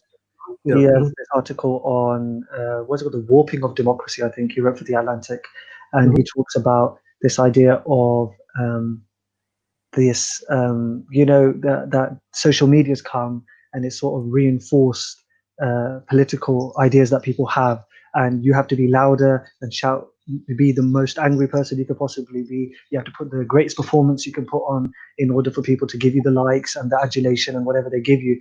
And then that's just made people go further and further towards their respective camps, the ideas of the echo chambers that we have on social media. And I totally get that. And at the same time, there's a lot of people pointing the finger at the Muslims who go towards the left, and they're like, oh, you guys, you're getting caught up, social justice, da da da. But then I remember we had a program at the Karima Foundation in our organization, Islam and the Philosophy of LGBT, where we had a philosopher come in and talk about the problem with progressive ideas and we've got this whole thing going on about teaching kids about transgenders and craziness. And when that happened, I remember one of the brothers put his hand up and asked a question. I saw a Ben Shapiro video, and I was like, okay, like I get a bit of, I had a craze where I was like, Jordan Peterson's the greatest thing since sliced bread, and I read his book, and then I later got over it. But I was just like, Ben Shapiro at a Muslim event being quoted with the stuff that he's come out about Muslims and the Palestinians and it's clear Zionist bigotry and stuff that he's got. So is there a danger at the same time? And I'm not pointing fingers at you whatsoever, but I just want to make that, isn't there a problem that the echo chambers on the left, and then now we're pushing ourselves to echo chambers on the right? Where's the middle path where we're neither right, we're neither left? It's that independent Muslim identity. Well, I think the independent Muslim identity will come when you have people who decide to support individuals who are trying to speak a moderate message, and that is, in other words, instead of having me or anyone else rely on a Ben Shapiro, individuals with the capacity to create the nice video, like a Ben Shapiro video, could come and they can, help me to create that video, right? But the way I look at it is like this. Certain people are saying some very unique things and very useful things, and those people are not all Muslims. If Muslims were saying them, then I would be sharing those Muslims. But I don't see any Muslims sharing those people's views, right, which are useful for Muslims, right? And so I could try, but again, I don't have the time, I don't have the equipment, that's not my specialty, right? I share things that I consider to be useful information, right? Even if they come from someone who's not perfect, right? And who is perfect, right? Who is perfect? I'm not easily put off by someone who calls me a name or says something bad about me. I expect that from, especially a non-Muslim, that they're not going to have a good opinion of Islam and Muslims. You know, otherwise they would be Muslim, right? The very fact that they're not Muslim lets you know they have a problem with Islam, right? You know, so again, you know, and I would say that, for instance, Ben Shapiro, Palestine is one of the, again, probably the only issue that comes up to me that he becomes completely unreasonable, becomes totally irrational, right? You know, almost everything else I've heard him speak about been very reasonable, very rational. When it comes to that topic, he's very emotional, right? He's totally unreasonable when it comes to that issue, right? However, you know, I don't share many of these videos. You know, I haven't shared him in probably a couple of years right now, I think. You know, but I've shared a couple of his in the past, right? Because again, he was saying something very unique. I don't think this is about promoting the echo chamber. If anything, is about trying to overcome the echo chamber, because the only perspective that Muslims know is the liberal perspective. That's all they know, right? You see, and I made it clear. As a matter of fact, I did a post about this a couple of days ago. I said that you know, I talk about sort of like an imaginary person who says to me, why are you you say that you're trying to be objective, you know, but why do you keep sharing all of these views from the other side? And so I respond by saying that, well, who said I was trying to be objective? I'm totally biased, right? You know, you already know the other side. That's the whole point, right? You see, so what I've been trying to do, what I see myself trying to do, is trying to provide Muslims with as much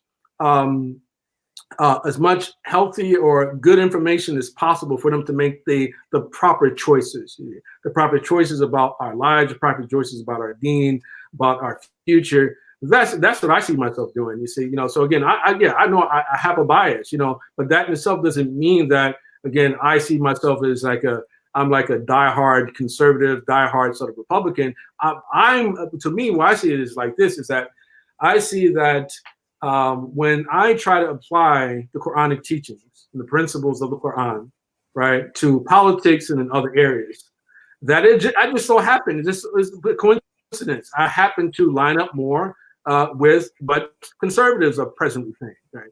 No, and I don't really have any trust in the conservative party or the Republican Party myself, right? You know, I actually, again, I have a certain bias towards Trump. There's no doubt about that, you know, but that doesn't mean I have a bias towards the conservative party, the establishment. I don't have a bias in that particular regard. But again, what I look at it is like this, you know, that our deen, when we look at our universals, right, the very first thing, the first universal is the preservation of religion, hifz ad-din, right? And in America, we have something called the First Amendment, right? The First Amendment, which gives me the right to my religion, rightness, the freedom of thought, the rightness to follow my conscience, right? And then the second of the universals is hifz an-nafs, the preservation of bodily integrity or preservation of life, right? And in America, we have something called the Second Amendment, right? You know, and of course, one of the main things that the Second Amendment gives is the right to bear arms, right? And that right to bear arms, you know, was included as a way to ensure that governments don't act tyrannically, right?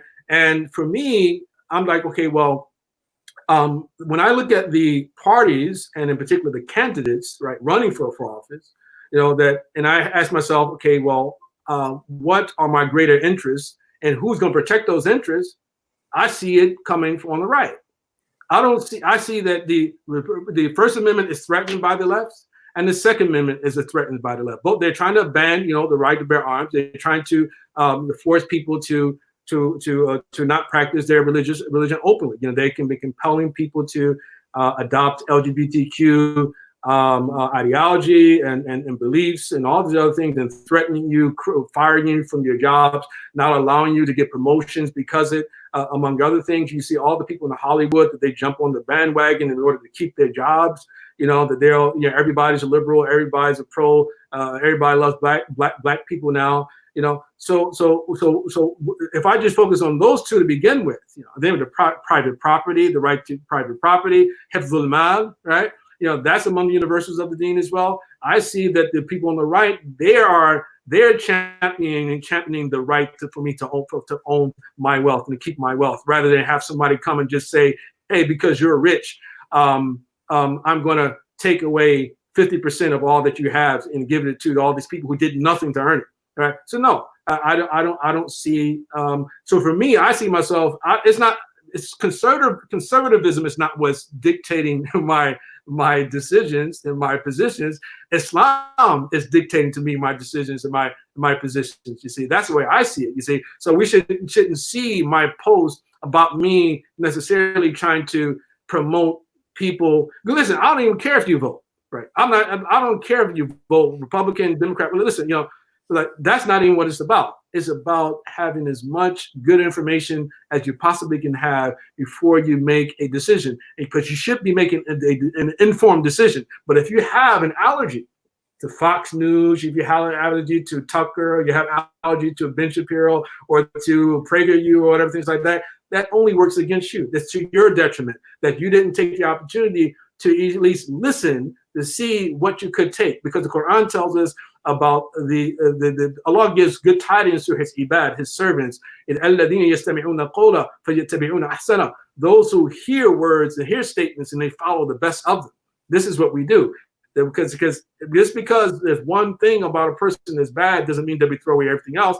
And just because there may be one statement among a lot of other statements is bad doesn't mean that we cast off and we throw away everything else which is there. Do you have anything to come back on that? So I was just going to ask as well. I feel like at the moment, and one of the things that we actually discussed, and I realized, you know, we said we'd only take up an hour and a half of your time, and we're already a bit over that. I'm enjoying this. But it's just a case of, I think for a lot of people, it's just a case of just being aware that, you know, we do need our own Islamic narrative, because again, the narrative is, you know, so we've understood, and so in my opinion, I've seen a lot of people sort of, so we understand what the left is about. We understand what not just the left, but, you know, the progressive secular liberalism is about. And is there a danger of actually sort of then going, oh, actually, we're going to go all the way completely on the other side? Actually, so we need to be understanding that. And I think I've not really heard many people talk about it in the way that you've just explained it there, in terms of saying it's based on my Islam. It's not based on my right or left. It's not based on my conservative liberalism or whatever it might be. It's actually based on my understanding of what my Islam brings to me. And again, that, and then the other part too is that when we talk a lot about Islamophobia, but we don't talk about Imanophobia, right? So Islamophobia, we say Islamophobia is a type of racism, anti-Muslim racism, right? And that largely is coming from the right? And so we're physically endangered, right? Because we've seen shootings happen, we know, throughout, you know, past few years, right, by people who identified with the right. Yeah, it is a problem, you know. However, we don't talk much about the danger to our iman, to our faith, and the faith of our children, right, which is fundamentally primarily coming from the left, right? You know, and I think that danger is much more significant than the danger that's coming from the right. Because, see, a physical threat, I can protect myself from a physical threat. I can learn how to shoot. I can learn how to fight. I can put up security cameras. I can put a guard at the door. I can defend that. But if I let you into my heart, you see, you know, and you see, it's disastrous.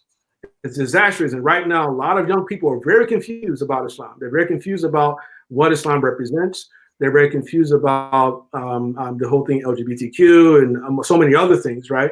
Because of so-called activist leaders or sometimes imams and so-called scholars who are just simply catering to this stuff. They're not calling it out, you know. So again, there are some people who call it out, like for instance, like a Daniel Hakikajir. A lot of people that they hate Daniel because of the approach, the way that he goes about it. But nobody else is saying anything.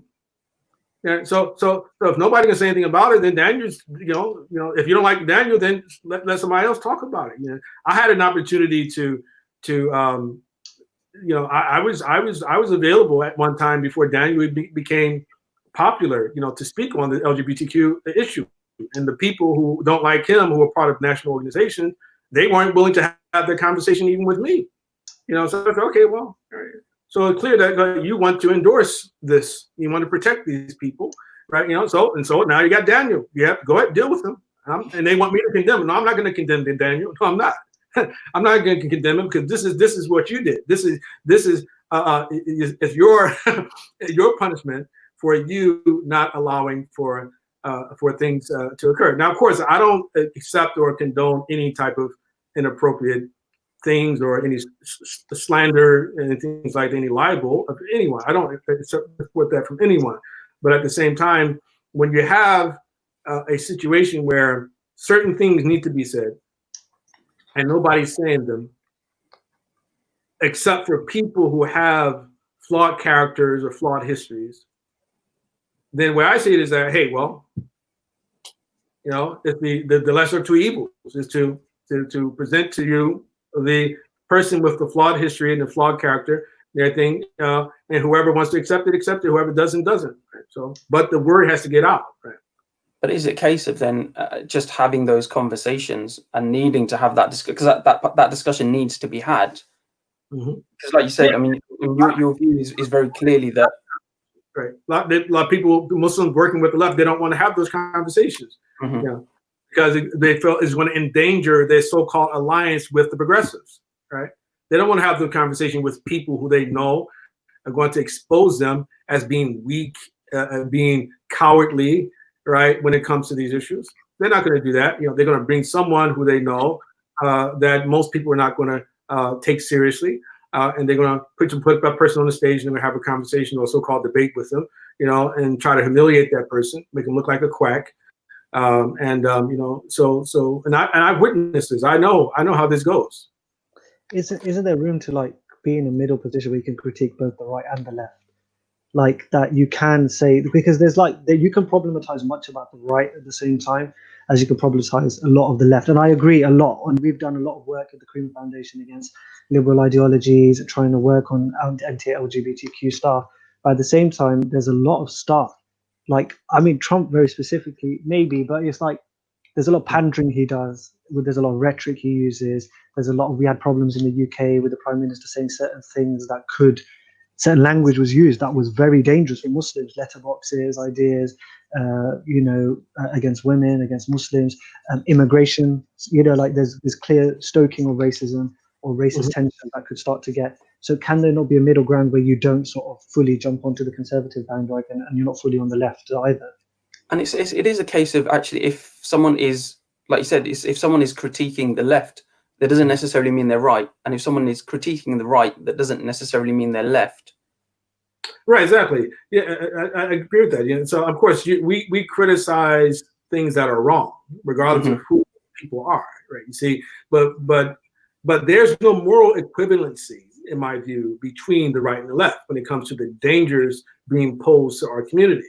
The left is clearly a greater danger to our community than the right is, right? When it comes to the preservation of our among things. So I don't really like to, I want to make it seem as if that there is, right? It's equally just as many problems with them on the right as they are with the people on the left. But no, there's not equally as many problems as there are. At least the people on the right, they believe in God. Even if we don't believe in that God that they believe in God, and they're trying to protect the Constitution of the United States. Right? They want it preserved. Of course, they have some people are trying to inject their religious understanding onto the text, and that's natural, it's to be expected. We should also say, okay, we'll project our religious understanding onto the text too. Why can't we do the same, right? So rather than just simply saying, okay, well, Trump, he says some bad stuff, and of course, and I understand it. I get it. I understand why people hate Trump. I get it. I'm not going to try to justify anything. I totally get it. But I do think you have to put things in context. That Trump said a lot of different things when he was on the campaign trail. This was even before he received the nomination for the Republican nomination for president. Once he got the nomination, he stopped all those things, right? And one of the main reasons he said those things at the time, because he knew Muslims weren't his constituents. He knew that, you know, a lot of the people he offended were not his constituents, you know, and a lot of those things were stated to get attention. You know, I mean, people have studied him, like his psychology, you know, and they know, and there's clear evidence that comes out to show that he has a certain strategy. You know, the way I look at it is like this: is that Trump is a deal maker, right? Regardless of how you feel about him, Trump is willing to make a deal with people. We know that from his dealing with Korea. We know that with his dealing with Russia. We know that even with his dealings with Iran, right? You know, that Trump is a deal maker. That he you know, again, he deal with the Taliban, you know, deal with the Syrians, right? You know what I'm saying? He makes deals, right? He makes deals, right? He hasn't shown himself to be a bellicose president. He hasn't started any new wars, at least not to my knowledge. You know, he's actually been trying to draw down wars, right? We compare his record to his predecessor, Obama, or you compare it to Bush, or you compare him to Clinton, right? Right, you know, in terms of how many Muslims suffered under previous presidencies. You know, you don't see that under Trump, right? You know, now there are some Muslims who are suffering. Why? Because they're not allowed to come into America. But that's a far cry from him bombing people to death, from him choking people with sarin gas or some other things like that. You know, right? You know, and those things, you know, there's a temporary things. Right? And I've stated this in writing before, so I know certain people didn't like it, but hey, it is what it is. But he said, what we look at it is like this: Muslims were smart. They would say this, Mr. President, you said you wanted to shut down travel from the Muslim world until you figured out what the hell was going on. Okay, it's been 4 years now. Do you know yet what the hell is going on? Right? ISIS is gone, right? They've been decimated, as you say, right? You know, is it okay now for you to lift these restrictions of travel? Right? Well, my family now can come back into the country. But the problem is that Muslims working with the left are not allowed to do that. They're not allowed to do it, you know, because there's a difference between the Muslims won't do it and the Muslims not allowed to do it, right? You see, you know, because the Muslims are not allies of the left. Muslims are on the leash of the left. Muslims are under the umbrella of the left, right? There's a difference. When you're an ally, you still act independently in certain areas, right? Muslims, one of the greatest proofs that Muslims are not simply an ally is the very fact that Muslims can't even come out publicly and say, listen, as a Muslim, I can't support that law, you know, allowing for you to marry the same person of the same sex. And of course, we know this, we're already past that, but I'm saying it's things like that you can't object to it. You can't even declare it to be immoral, right? According to your religious teachings publicly. You can't even do it. How many Muslims working with the left you ever see do that? You've only seen the opposite. You've seen them endorsing transgenderism, talking about, you know, that this man is, you know, calls himself a woman, is actually a woman, and we should be in support of those rights, among other things. Yeah, that's what you see. That's what you see. But I'm saying is that there's enough evidence to show that there may be an inroad to actually making a deal with even Trump, right? Even Trump. I mean, Trump, again, he's been a strong supporter of religious rights. He's been of the First Amendment, of the Second Amendment, right? As a matter of fact, there was he had a signing, an executive order signing where he actually, it was related to prayer in schools. And he had a young Muslim sister who was bullied in school because she used to pray, standing behind him with her mother when he signed that particular executive order, making it lawful to pray in public schools, right? So we don't see all of the good stuff that Trump is doing, right? We don't see that, but why? Because the media only wants us to see the bad stuff. You see, so he's this evil person. Even when if you ask the average Muslim or average person, give me 5 things that Trump is doing to make life difficult for you. I guarantee you, they probably couldn't even give you 3. I think it's. I mean, bring it out even. Huh? But it's just a really interesting discussion because, again, I wonder how much of that is that it's an American context versus a British context. So because again, I think I have. I mean, I've read quite a bit around Muslims that are that, like you said, our sort of very specific and very kind of in the pockets of the left. I suppose so. That again, I think it's quite an interesting discussion. And again, I thank you so much for your time. And as I said, we said we'd only take up an hour and a half, and we're coming up to 2 hours. Can I just ask? So thank you very much for that. Can I just ask? I suppose for finishing comments, actually, or just it's kind of closing remarks, really, about what we do moving forward, because you talked a lot about education. One of the things I really liked, I saw recently actually from Imam Zaid, was about you've got to be there, not just I suppose it was almost like don't be there for temporary, don't be there for when don't react. Yeah, don't react, don't be there for when it just kicks off. We've got to be there for the long term. We've got to be there to to pick up that baton, and if you're really interested in Black Lives Matters or whatever, if you're really serious about that, then it's not just a slogan for election year, as you mentioned earlier. It's a slogan for, it's a regular, constant, something that we need to be always conscious of our own biases and whatever else. So do you have any just closing remarks for us in terms of what we can do, especially in terms of educating ourselves moving forward? Yeah. Again, I'm not, trying to self-promote, but I guess I am self-promote. But I think that probably a good start is, I think my book is a good way to help Muslims to understand what's at stake when it comes to the matter of race, and especially in the Islamic tradition, but it also relates to the broader civilization, I guess you say, that we're living under right now.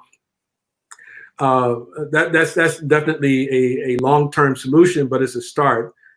We have to return to the basic principles we call the golden mean and the golden rule and the golden mean. The golden rule, of course, do unto others as you would like to be done unto you, and then pursue the golden mean. That is to say that we try our best not to be people of extremes, not extreme right, not extreme left. And also in terms of our morality, right? That we choose courage over recklessness, and we also choose it over cowardice. That courage is a golden mean between cowardice and recklessness. That we have to be people of discipline. We have to return to our Quran and try to see everything that we do through a Quranic lens. If we're not reading the Quran, then we're going to be influenced by someone else's philosophy. That's just the way it works, you see. And we are going to be misled without knowing. We have to question. We have to question what we see, the imagery we see in the news. We have to question the messaging that is being communicated through the movies that we watch. I don't think that Muslims should even watch like any new sitcoms, be it on Netflix, Hulu, whatever it may be. I don't think it, because it's a lot of indoctrination involved, especially with regard to children. Right. So I would just say that the main, probably in summary, is that one, we have to do things to ensure that our sense of reality is not distorted. And then after we're able to do that, we have to focus on inner rectification and gaining better control of our emotions, better control of our emotions, and acting deliberately rather than out of haste and out of fear and out of other types of things that are or anger, things that actually are damaging to both ourselves and our societies. SubhanAllah. Thank you so much for your time again, Dr. Abdullah. Very much enjoyed the conversation. And I hope people will sort of listen, and I hope people will learn and try to understand. And again, the very pertinent advice I think at the end is incredibly important for us. So, Assalamu alaikum, Jazakallah khair to everyone, and Jazakallah khair to Maulana Asim as well. And again, just for everyone, a reminder: Karima podcast, like, subscribe, karima.org.uk. If you want any sort of further information. As I say, please do like, comment, and share, inshallah. Assalamu alaikum wa rahmatullahi wa barakatuhu. Alaikum assalam wa rahmatullahi wa barakatuh.